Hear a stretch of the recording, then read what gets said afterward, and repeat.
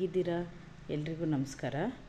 ಇವತ್ತು ಈರುಳ್ಳಿ ಚಟ್ನಿ ಮಾಡಿರೋದು, ಹಾಗೆ ದೋಸೆನೂ ಹೇಗೆ ನಾನು ಅಕ್ಕಿ ಎಲ್ಲ ನೆನೆಸಿ ಹೇಗೆ ಮಾಡ್ತೀನಿ ಅಂತ ಚಿಕ್ಕದಾಗಿ ತೋರಿಸ್ತೀನಿ. ನಾರ್ಮಲಾಗಿ ದೋಸೆ ಇಡ್ಲಿ ಮಾಡಬೇಕಾದ್ರೆ ಅವಲಕ್ಕಿ ಹಾಕ್ತಾರೆ ಮತ್ತು ಕಡಲೆಬೇಳೆ ಅದನ್ನೆಲ್ಲ ಹಾಕ್ತಾರೆ. ಬಟ್ ನಾನು ಉದ್ದಿನಬೇಳೆ, ಡಿಪೋ ಅಕ್ಕಿ ಮತ್ತು ಅನ್ನ ಅಷ್ಟೇ ಹಾಕೋದು. ಬಟ್ ತುಂಬ ಚೆನ್ನಾಗಿ ಬರುತ್ತೆ ದೋಸೆ ಇಡ್ಲಿ. ಬನ್ನಿ ಅದನ್ನು ಹೇಗೆ ಮಾಡೋದು ಮತ್ತು ಏನೇನು ಇಂಗ್ರೀಡಿಯೆಂಟ್ಸ್ ನೋಡ್ಕೊಂಬರೋಣ. ನೋಡಿ, ನಾನು ಡಿಪೋ ಅಕ್ಕಿ ತೊಗೊಂಡಿದ್ದೀನಿ. ಓವರ್ ನೈಟ್ ನಾನು ನೆನೆಸಿದ್ದೆ ಡಿಪೋ ಅಕ್ಕಿನ. ಇದರಲ್ಲಿ 3 ಗ್ಲಾಸ್ ತೊಗೊಂಡಿರೋದು. ನಾನು ದೋಸೆಗೆ ಸಪ್ರೇಟು, ಇಡ್ಲಿಗೆ ಸಪ್ರೇಟು ತೊಗೊಳ್ಳಲ್ಲ. ಒಟ್ಟಿಗೆ ದೋಸೆ ಇಡ್ಲಿ ಎರಡಕ್ಕೂ ಸೇರಿಸಿ ನಾನು ನೆನೆಸಿಡೋದು ಅಕ್ಕಿನ. ನೋಡಿ, ಇವಾಗ ಅದೇ ಗ್ಲಾಸಲ್ಲೇ 1 ಗ್ಲಾಸು ಉದ್ದಿನಬೇಳೆ ತೊಗೊಂಡಿದ್ದೀನಿ. 3 ಗ್ಲಾಸ್ ಅಕ್ಕಿಗೆ ಇದರಲ್ಲಿ 1 ಗ್ಲಾಸ್ ಉದ್ದಿನಬೇಳೆ ತೊಗೊಂಡಿರೋದು. ಮತ್ತು ಅನ್ನ ತೊಗೊಂಡಿದ್ದೀನಿ. ಅನ್ನನ ನಾನು ಡಿಪೋ ಅಕ್ಕಿಲೇ ಮಾಡಿ ರೆಡಿ ಮಾಡಿ ಎಲ್ಲ ಇಟ್ಟಿರೋದು. ಈಗ ಅದು ಸಪ್ರೇಟ್ ಎತ್ತಿಟ್ಟಿದ್ದೀನಿ. ಈಗ ಚಟ್ನಿ ಮಾಡೋದಕ್ಕೆ 2 ಈರುಳ್ಳಿ, ಬ್ಯಾಡಗಿ ಮೆಣಸಿನ್ಕಾಯಿ 4, ಗುಂಟೂರು 4 ಮತ್ತು ಕರಿಬೇವು. ಇವಾಗ ಇದನ್ನೆಲ್ಲ ನಾವು ಆಯಿಲಲ್ಲಿ ಫ್ರೈ ಮಾಡ್ಕೋಬೇಕು. ಯಾವುದು ಡ್ರೈ ಮಾಡಬೇಡಿ, ಆಯಿಲಲ್ಲೇ ಫ್ರೈ ಮಾಡಬೇಕು. ಬ್ಯಾಡಗಿ ಮೆಣಸಿನ್ಕಾಯಿ, ಗುಂಟೂರು ಮತ್ತು ಈರುಳ್ಳಿ, ಕರಿಬೇವು, ಹುಣಸೆಹಣ್ಣು ಅಷ್ಟು ತೊಗೊಂಡಿರೋದು. ಇದಷ್ಟು ಚೆನ್ನಾಗಿ ಆಯಿಲಲ್ಲೇ ಫ್ರೈ ಆಗಬೇಕು. ಯಾಕೆಂದರೆ ರುಬ್ಕೋಬೇಕಲ್ಲ, ಡ್ರೈ ಮಾಡಬಾರ್ದು, ಆಯಿಲಲ್ಲೇ ಫ್ರೈ ಮಾಡಬೇಕು. ಇವಾಗ ಇದಕ್ಕೆ ಚಿಟಿಕೆ ಹಿಂಗೆ ಹಾಕ್ಕೋಬೇಕು. ಹಿಂಗೆ ಯಾಕೆ ಅಂದರೆ ಆಯಿಲಲ್ಲಿ ಹಾಕಿದರೆ ಚೆನ್ನಾಗಿರುತ್ತೆ ಅನ್ನೋದಕ್ಕೋಸ್ಕರ ಹಿಂಗೆ ಹಾಕ್ತಾ ಇರೋದು. ನೀವು ಬೇಕಾದ್ರೆ ಡೈರೆಕ್ಟ್ ಮಿಕ್ಸಿಗೆ ಹಾಕ್ತೀನಿ ಅಂದರೂ ಹಾಕ್ಕೋಬೋದು. ಇವಾಗ ಇದಾಗಿದೆ, ತಣ್ಣಗಾಗಲಿ.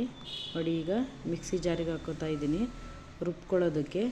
ರುಬ್ಬಬೇಕಾದ್ರೆ ಯಾವ ಥರ ಅಂದರೆ ತುಂಬ ನುಣ್ಣಗೆ ರುಬ್ಬಬೇಕು. ಇದನ್ನು ತರಿಯಾಗಿ ರುಬ್ಕೋಬಾರ್ದು. ಇವಾಗ ಇದು ರುಬ್ಬೋ ಅಷ್ಟರೊಳಗೆ ಪಾತ್ರೆ ಇಡೋಣ ಒಂದು. ನೋಡಿ, ಪಾತ್ರೆಗೆ ಒಂದು 3ರಿಂದ 4 ಟೇಬಲ್ ಸ್ಪೂನ್ ಆಯಿಲ್ ಹಾಕ್ಕೊಳ್ಳೋಣ. ಈಗ ಮಳೆಯೆಲ್ಲ ಶುರುವಾಗಿದೆ, ಚಳಿ ಶುರುವಾಗ್ತಾಯಿದೆ. ಈ ರೀತಿ ಚಟ್ನಿ ಮಾಡ್ಕೊಂತಿದ್ರೆ ಚೆನ್ನಾಗಿರುತ್ತೆ. 1/4 ಟೇಬಲ್ ಸ್ಪೂನ್ ಸಾಸಿವೆ, 1/4 ಟೇಬಲ್ ಸ್ಪೂನ್ ಅರಿಶಿನ ಹಾಕ್ಕೋತಾ ಇರೋದು. ಇದಕ್ಕೇನು ಚಟ್ನಿಗೆ ತುಂಬ ಇಂಗ್ರೀಡಿಯೆಂಟ್ಸ್ ಏನು ಬೇಕಿಲ್ಲ. ನೋಡಿ, 1 ಗೆಡ್ಡೆ ಬೆಳ್ಳುಳ್ಳಿ ಜಜ್ಜಿಟ್ಕೊಂಡಿರೋದು. ಬೆಳ್ಳುಳ್ಳಿನ ರುಬ್ಬಕ್ಕೆ ಹಾಕ್ಕೊಂಡಿಲ್ಲ ಇವತ್ತು, ಡೈರೆಕ್ಟ್ ಜಜ್ಜಿಬಿಟ್ಟು ಆಯಿಲ್ಗೆ ಹಾಕ್ತಾ ಇರೋದು. ಮತ್ತು ಕರಿಬೇವು. ಕಾಮನ್ನಾಗಿ ನಾವು ಕೆಂಪು ಚಟ್ನಿ ಮಾಡಬೇಕಾದ್ರೆ ರುಬ್ಬಕ್ಕೆ ಹಾಕ್ತೀವಿ. ಈ ರೀತಿ ಡೈರೆಕ್ಟ್ ಒಗ್ಗರಣೆಗೆ ರುಬ್ಬಕ್ಕೆ ಹಾಕ್ತೇವೆ. ಒಗ್ಗರಣೆಗೆ ಬೆಳ್ಳುಳ್ಳಿ ಜಜ್ಜಿಬಿಟ್ಟು ಹಾಕಿ ಮಾಡಿ ನೋಡಿ, ತುಂಬ ಚೆನ್ನಾಗಿರುತ್ತೆ. ಇವಾಗ ಬೆಳ್ಳುಳ್ಳಿ ಮತ್ತು ಕರಿಬೇವು 2 ಫ್ರೈ ಆಗಿದೆ. ಇವಾಗ ನಾವು ರುಬ್ಕೊಂಡಿರೋ ಮಸಾಲೆ ಹಾಕಿದ್ದೀವಿ. ನೋಡಿ, ತುಂಬ ಚೆನ್ನಾಗಿರುತ್ತೆ. ಅದರಲ್ಲೂ ದೋಸೆಗೆ, ಇಡ್ಲಿಗಂತೂ ತುಂಬ ಚೆನ್ನಾಗಿರುತ್ತೆ. ಮಾಡಿ ನೋಡಿ ನೀವು ಮನೇಲಿ. ಈಗ ದೋಸೆಗೆ ರೆಡಿ ಮಾಡ್ಕೊಳ್ಳೋಣ.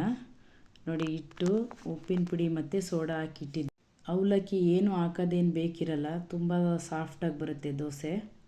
ಮತ್ತು ನಾನೇನು ಮಾಡ್ತೀನಿ, ಒಂದು ಸರಿ ರುಬ್ಬಿಟ್ಕೋತೀನಿ. ಒಂದಿನ ಇಡ್ಲಿ, ಒಂದಿನ ದೋಸೆ ಆಗಿ ಮಾಡ್ತೀನಿ. ಅದು ಫಸ್ಟೇ ಹೇಳಿದ್ದೀನಲ್ಲ, ಸಪ್ರೇಟ್ ಏನು ಮಾಡೋಕ್ಕೋಗಲ್ಲ. ಇಡ್ಲಿನೂ ಅಷ್ಟೇ ತುಂಬ ಚೆನ್ನಾಗಿ ಬರುತ್ತೆ. ಎಷ್ಟು ಸಾಫ್ಟ್ ಇರುತ್ತೆ ಅಂದರೆ ಅಷ್ಟು ಸಾಫ್ಟಾಗಿ ಬರುತ್ತೆ ಇಡ್ಲಿ ಕೂಡ.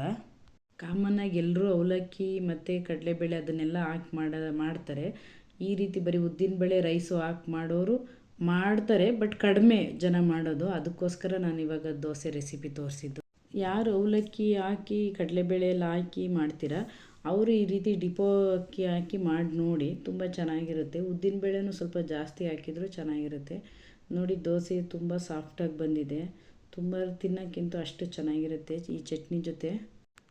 ನೀವು ಮನೇಲಿ ಟ್ರೈ ಮಾಡಿ ನೋಡಿ ಹೇಗೆ ಬರುತ್ತೆ ಅನ್ನೋದು. ಇಷ್ಟಪಡ್ತೀರ ನೀವು ಮನೇಲಿ ಮಾಡಿದಾಗ. ಹೀಗೆ ನಮ್ಮ ವೀಡಿಯೋಸ್ ಎಲ್ಲ ವಾಚ್ ಮಾಡ್ತೀರಿ, ಸಪೋರ್ಟ್ ಮಾಡಿ. Thank you for watching.